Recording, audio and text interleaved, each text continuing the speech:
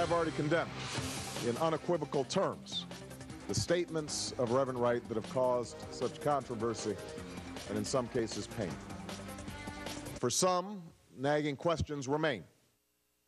I'm Fred Barnes. And I'm Mort Kondracki. We're the Beltway Boys, and nagging questions do remain.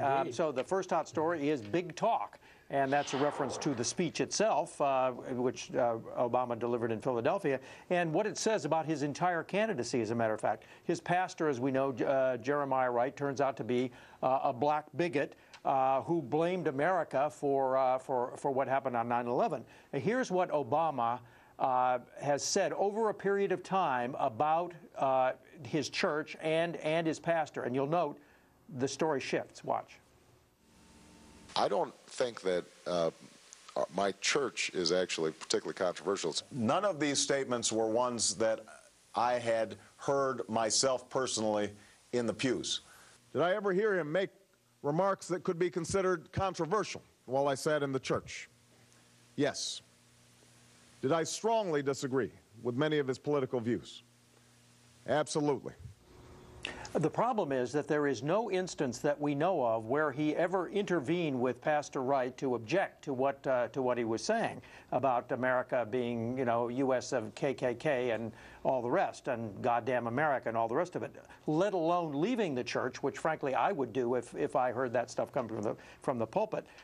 Look, Barack Obama has become the front runner for the Democratic nomination through inspiring rhetoric, and also a promise that he is going to unite the country, that he's going to get us beyond our racial divides and beyond our partisan divides. The problem is that here he's been in this church for 20 years, a church based on black resentment.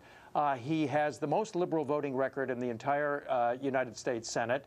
His platform is one of populism, which is not designed to get Republicans to come aboard quickly. And there is not a single instance in his Senate career where he has ever formed a bipartisan coalition that has solved any big problem. So far as I can see, the campaign really is a lot of big talk.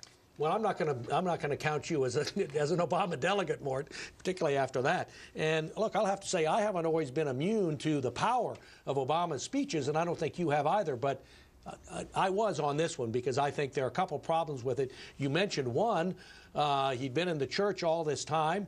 And look, I, as a churchgoer, and you as a churchgoer, know that if you don't like the sermons of the preacher, maybe one or two might be okay, but over and over again, ones that are racist, anti-American, you know, you or I would get up and leave. And I'm still surprised that he didn't take a hike, or at least complain bitterly to the preacher himself, Reverend Wright. Now, but there's another problem as well.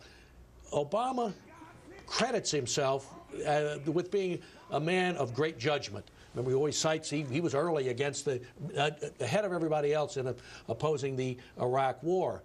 But sitting on the pews in this church for 20 years without doing anything to complain or confront these wild statements and sermons by Reverend Wright I think, amounts to 20 years of bad judgment. And then he adds to that in his speech by using these analogies. You know, he tries to downplay, I think, these hateful statements by Reverend Wright by comparing them or likening him to much less objectionable statements by other people, including his grandmother. He tried to explain the grandmother analogy this way. Watch. The point I was making was not that my grandmother harbors any racial animosity. She doesn't. Right. But she is a typical white person who, you know, if she sees somebody on the street that she doesn't know, you know, there's a reaction that's been bred into our experiences that don't go away, and that sometimes come out in the wrong way. You know, I think some of these polls now are very, very telling, and one of the reasons is it's the grandmother thing that lingers, yeah, and that's going to be the soundbite we remember from this. Yeah, well, let's look at the political effect. I mean, most of the media gushed over this speech as if it were the most significant statement on American race relations since Dr. Martin Luther King's speech in 1963, the "I Have a Dream" speech.